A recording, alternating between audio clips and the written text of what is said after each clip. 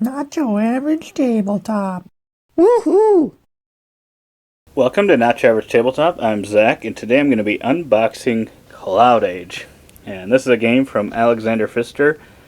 Looks like it might also be from Arno Steinwender. I don't know who that is, sorry. But I do know I really tend to enjoy Alexander Pfister games. And this cover might be possibly one of my favorite covers ever. I just really enjoy the look of this cover. I like how that blends together and just the look of it and the kind of blimp airship kind of going away and trying to get away from what's happening here behind it. But yeah, I'm definitely excited about this one. I think this one was kind of on my wish list for a while. I just don't know. I know I really love Maracaibo. It's probably my favorite Alexander Pfister game right now. And I think this one had kind of mixed reviews, and I don't know that I found too many people that were like, oh, this is my favorite Pfister game of all time, so that was probably the one piece that was kind of keeping me back for a while. But then it looks like got scenario here, scenario 1, and kind of play through. I can't remember if this one had kind of a mission you could go and do if you wanted to kind of go alongside playing the game. But then we've got the rule book here, which looks like it's got about 14, 15, 16 pages. Looks like we've got some examples here. I don't know. I know for... I don't know. I do know. For Maracaibo, who also, I think was Capstone Games, or no, was it Capstone? Maracaibo, I know, was the rule book. I feel like there were just some things in it that were a little bit hard to understand, so I'm hoping the rule book for this one will be good. But I guess we will see. We'll find out. I'm looking forward to learning this one.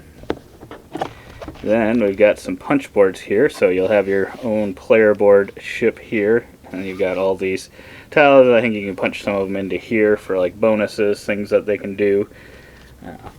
So yeah, some pretty solid artwork here. And you've got a piece of the board itself. Don't remember what this is.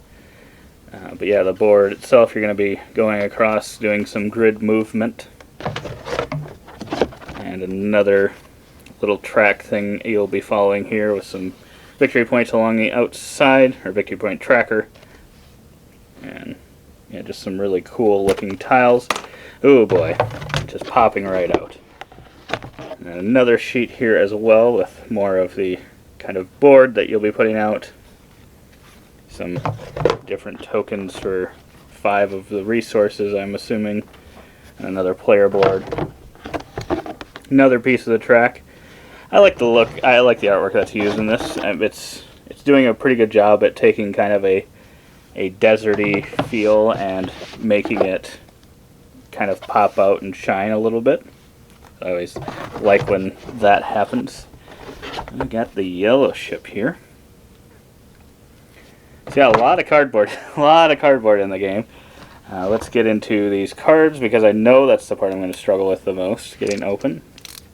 But it's been a while since I actually looked up the rules. I just know when I initially looked it up, it looked interesting, and there was something with these cards of like some. It makes me think of the Mystic Veil, so the card system, I think Dead Reckoning uses it too. I think there's another game.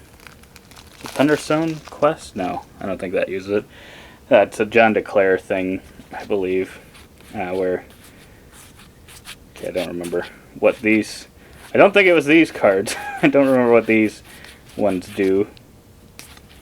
Looks like maybe these are possibly movement. Got the different numbers on them. Okay, so I think these are the cards, so they got like different amounts of resources on them.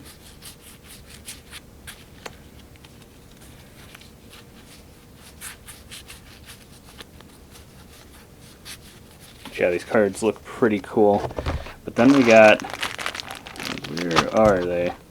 I thought they were a thing here. Got some baggies here, some plastic bags. Okay, so here they are. So we've got these card sleeves that these will be going into, that some of those will be going into. And then these clouds will actually be covering up some of the information on these cards. So you have to kind of guess based on what resource, or if you can kind of see anything through the clouds. And I thought that just sounded really, really cool. And I think that was a place where I was hesitant. It sounded like, from reviews, it was kind of mixed whether or not that was as interesting as it sounded. But I really like the idea of it, and I'm hoping that I'll really enjoy it. And then we got this solid black bag here. Got a pink bag here. I don't know if that's for if you do the mini campaign thing. Some wooden resources. Like I said, I should probably get these cards opened up first, since that'll be my struggle. But yeah, if you're this far into the video, let me know what in the comments below if you have a favorite Alexander Pfister game. If you've played, maybe you've played this, and for some reason you're very interested in what I'm thinking of during this unboxing. Okay, so we got story cards here. So this must be some of the story, if you're following that.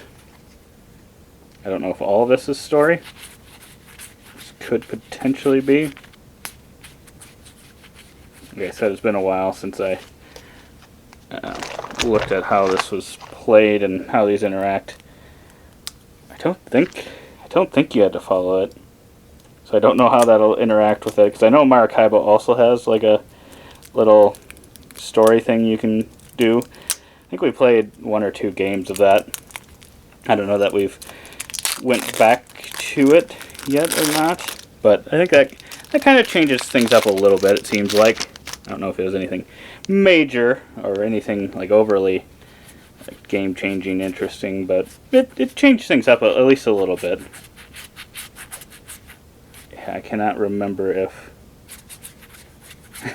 if these are used in the game or if you only use these if you're playing the campaign thing. You must use these in the game. You must use them in that game. Oh boy, what do we got over here? I don't like the look of this. Looks like, is that like some mold almost? Not sure. I'll have to take a look at that. Make sure it's not molding. I guess I'll find out.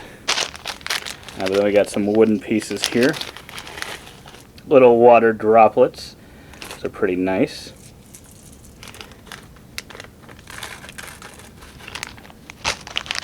We got some rocks here, some stone, some other pretty nice components. Oops. Dropped those on the ground a little bit. And we got some nice cubies here of the different player colors. I like the choices they used. I think they fit well with the rest of the game.